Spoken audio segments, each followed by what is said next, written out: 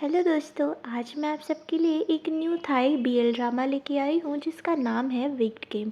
ये story revolve करती है एक एक्स कॉप पुलिस ऑफिसर और एक सीईओ की लव स्टोरी को दिखाता है।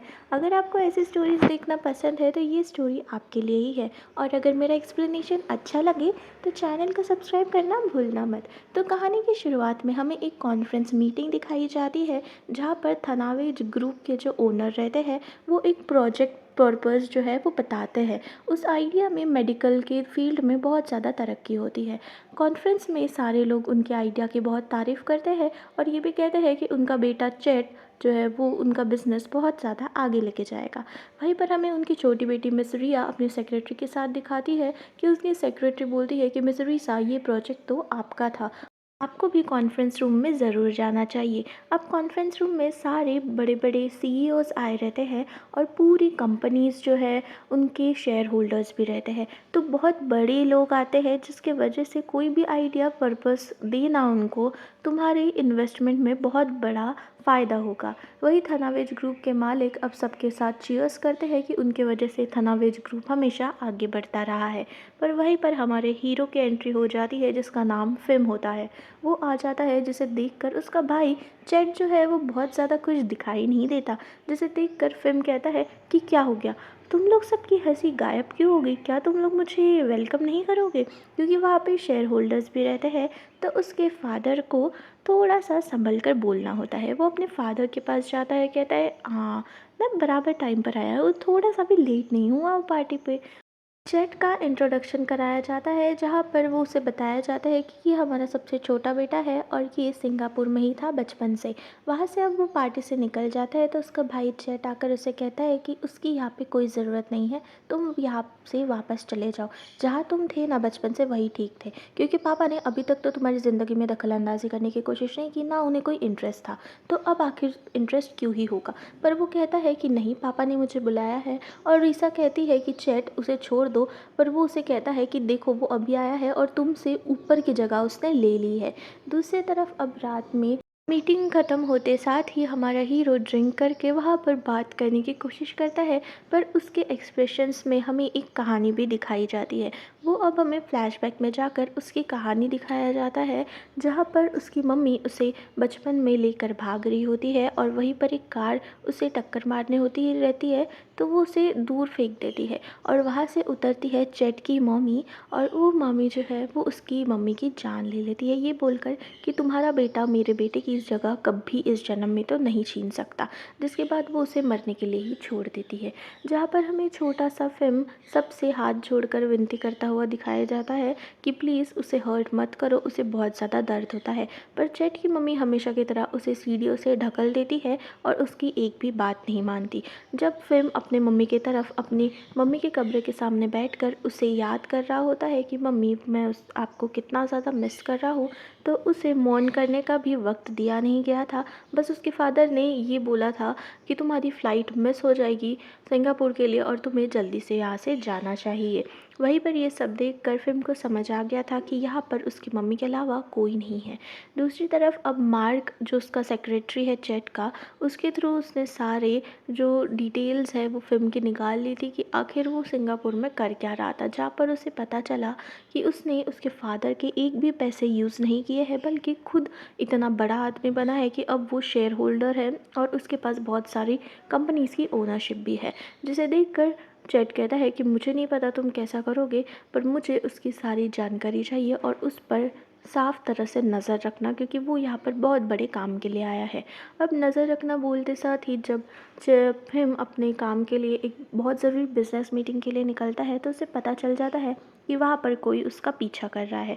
जिसे देखने के बाद वो जल्दी से अपनी कार की स्पीड बढ़ाकर बहुत तेज़ी से अपने लोकेशन पे पहुँचने की कोशिश करता है। पर जब वो वहाँ पर जाता है उसके पहले ही वहाँ पर एक एक्सीडेंट हो जाता है जो साइड से बाइक आ रही होती है उसके बीच में, जहाँ अब पैनिक करके वो जल्दी से मदद करने के लिए आगे बढ़ता है। यहीं पर हमारे सेकंड लीड हीरो की एंट्री होती है, जिसका नाम हमें थैन बताया जाता है। और फिल्म ने और किसी का नहीं, थैन का ही एक्सीडेंट किया रहता है। पर जैसे ही थैन अपना हेलमेट निकालता है, फिल्म उसे देखकर पूरा फ्लैट हो जाता है।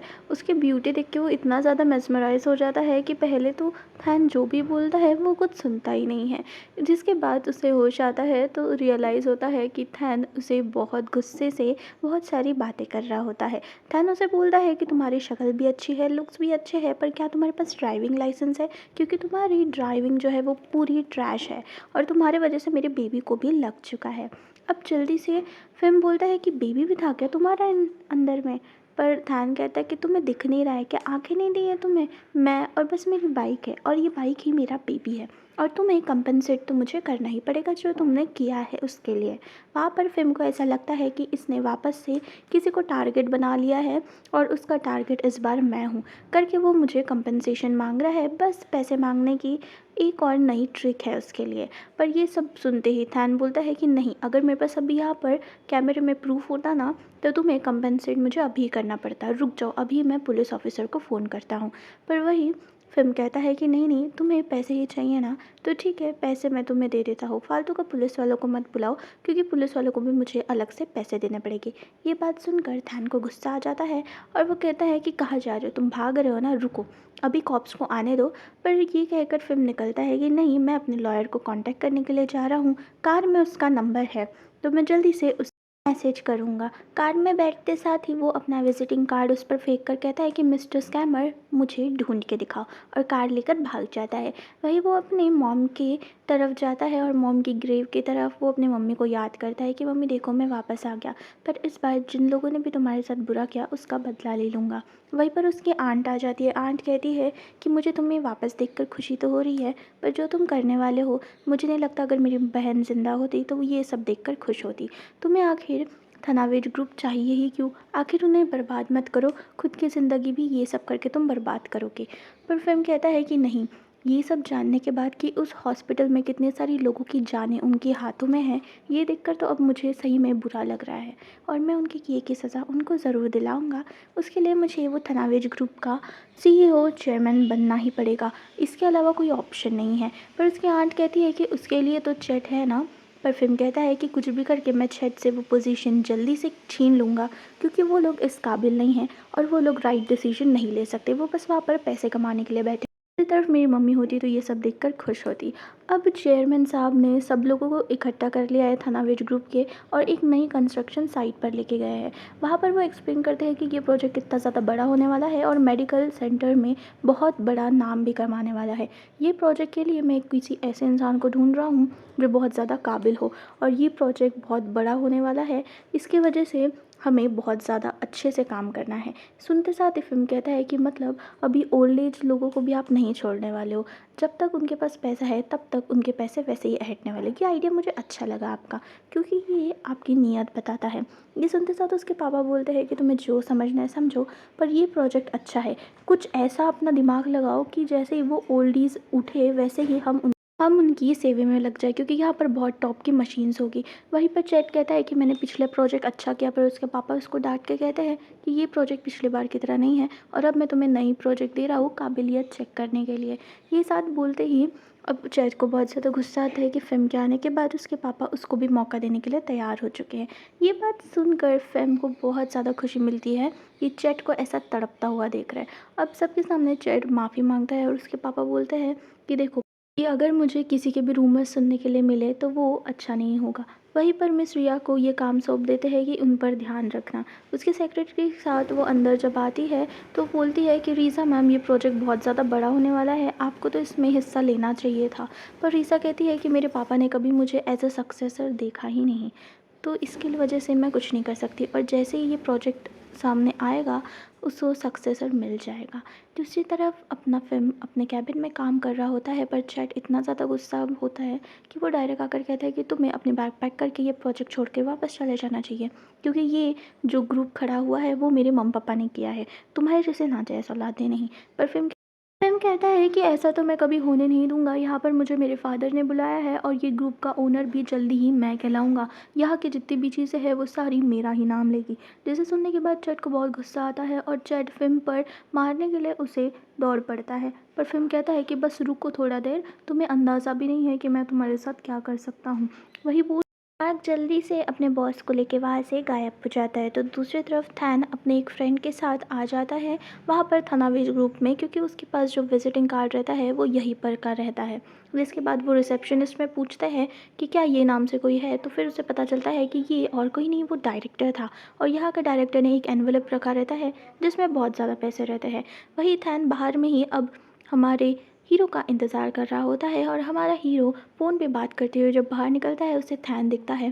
थैन उसे रोक कर कहता है कि ये एनवेलप तुमने मेरे लिए रखा था, पर मुझे इसकी ज़रूरत नहीं है। इतने पैसे तो लगे भी नहीं जितने तुम मुझे वापस कर रहे हो। ये बोलते साथ ही वो उसे एनवेलप फेंक के मार देता है। जिसके बाद फिल्म कहता है कि पर तुम्हें जितना चाहिए था उतना तो मैंने दे दिया ना, हाँ इससे ज़्यादा ही दिया है, पर वो तुम अपने लिए रख सकते हो। इसे थैन एज अ इंसल्ट की तरह ले लेता है और कहता है कि अगर मैंने तुम्हारे ये पैसे रख लिए तो तुमने जितनी भी इंसल्ट मेरे की है वो मैं मान लूँगा, पर मैं अपनी इंसल्ट ऐसे ही खाली नहीं जाने दूँगा। इसलिए मेरे पास पूरा बिल है, इतने पैसे हुए हैं, तुम मुझे इतने रिटर्न कर दो और ये मैटर मैं यहीं पर ख़त्म कर दूँगा। वैसे भी मिलने वाले तो है नहीं, और तुम्हारे इतना मैं पैसे का करूँगा भी क्या। जिसके बाद फिल्म कहता है कि क्या तुम्हें सच में पता है कि ये कितने ज़्यादा पैसे हैं। वैसे ठीक है, अगर तुम चाहते हो तो ठीक है। वो जल्दी से स्कैन कर लेता है स्कैनर में और उसका पेमेंट जितना बिल पर लिखा होता है वो उतना ही उसे दे देता है। पर जाते साथ वो कहता है कि तुम्हारे जैसा इंसान तो मैंने कभी भी नहीं देखा, और तुम्हारे जैसे इंसान की वजह से ही या तो वो भूखे पेट मरता है या तो वो कुचल दिया जाता है, सिर्फ कुछ इन सो कॉल्ड फेक रिस्पेक्ट की वजह से या तो ईगो की वजह से। ये बात सुनकर थैन के बहुत दिल पर लग जाती है, पर थैन उसे कुछ नहीं बोलता।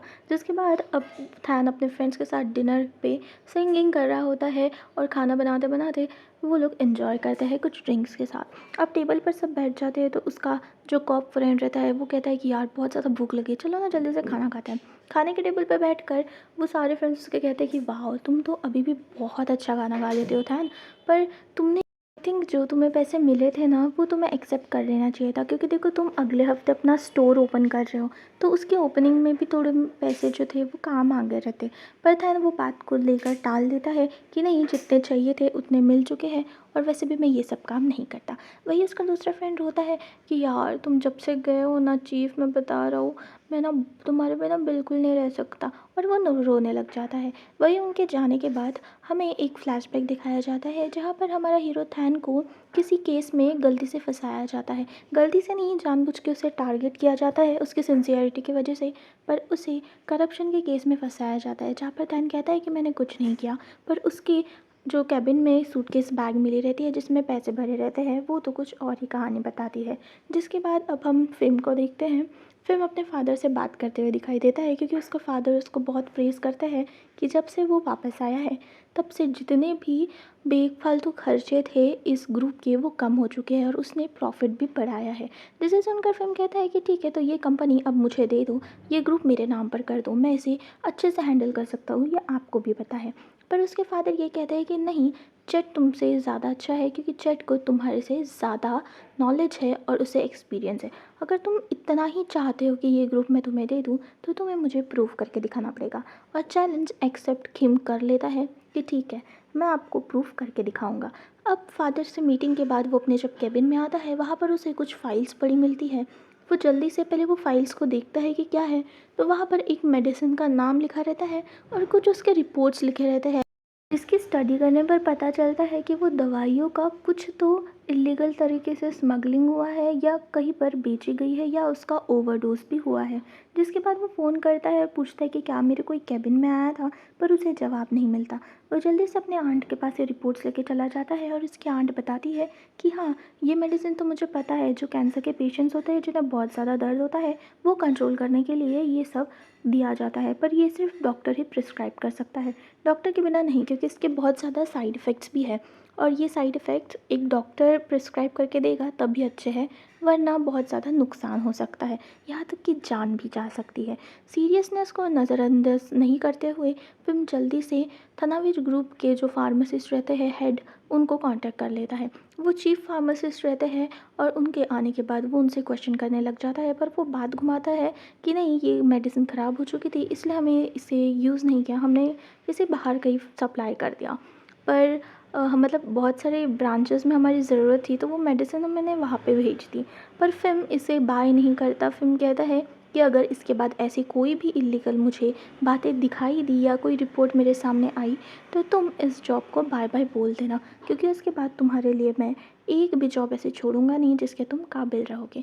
जिसके बाद फ्लैशबैक में फिर से हमें आंटी के साथ वो बात करते हुए दिखाई देता है कि मैंने कुछ सर्च किया है और बहुत सारे लोगों की इसकी वजह से डेथ हुई। पर सबसे अमेजिंग बात ये है, शॉकिंग भी, कि तुम्हारा जो भाई चैट है उसके फ्रेंड्स की ही डेथ थी।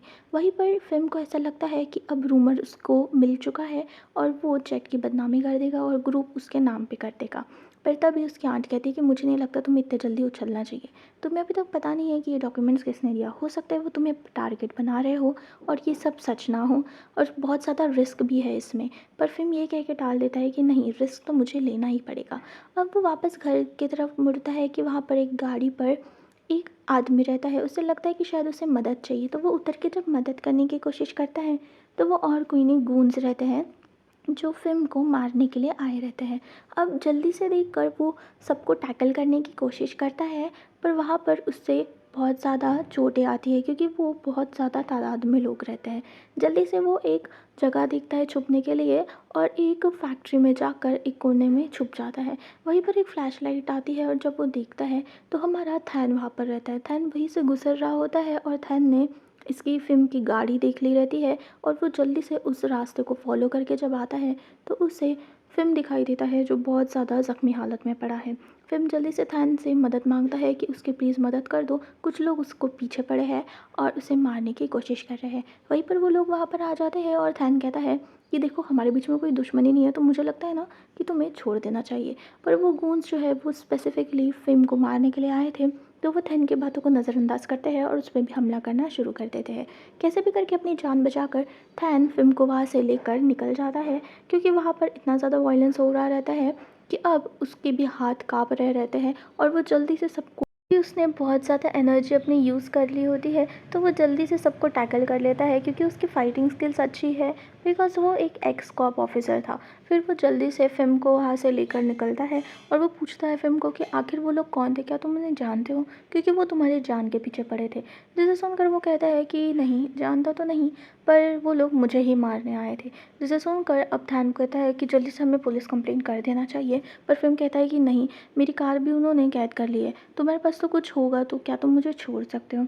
जिसे सुनकर थैन कहता है कि ठीक है, मैं तुम्हें ड्रॉप कर देता हूँ, तुम्हें जहाँ जाना है, पर मुझे फिर भी ऐसा लगता है कि ये पुलिस कंप्लेंट तुम्हें कर लेनी चाहिए, क्योंकि वो वापस आ सकता है। जिस तरह से मैंने देखा, मेरे ख्याल से वो तुम्हें कुछ वार्निंग देना चाहते थे, पर वो यहीं पर ही नहीं रुकेंगे, वो तुम्हें फिर से मारने के लिए ज़रूर आएंगे, तो पुलिस की हेल्प लेना ज़्यादा बेटर रहेगा। पर हमेशा की तरह फिल्म उसकी बात नहीं मानता और कहता है कि नहीं, मुझे कोई भी ज़रूरत नहीं है, मुझे बस तुम ड्रॉप कर दो। वहीं पर जल्दी से अभी हेलमेट पहनकर हमें थान लेके जाते हुए फ़िल्म को नज़र आता है। फ़िल्म अपने एक फ्लैट में लेके जाता है उसे, जहाँ पर वो होटल में स्टे कर रहा होता है।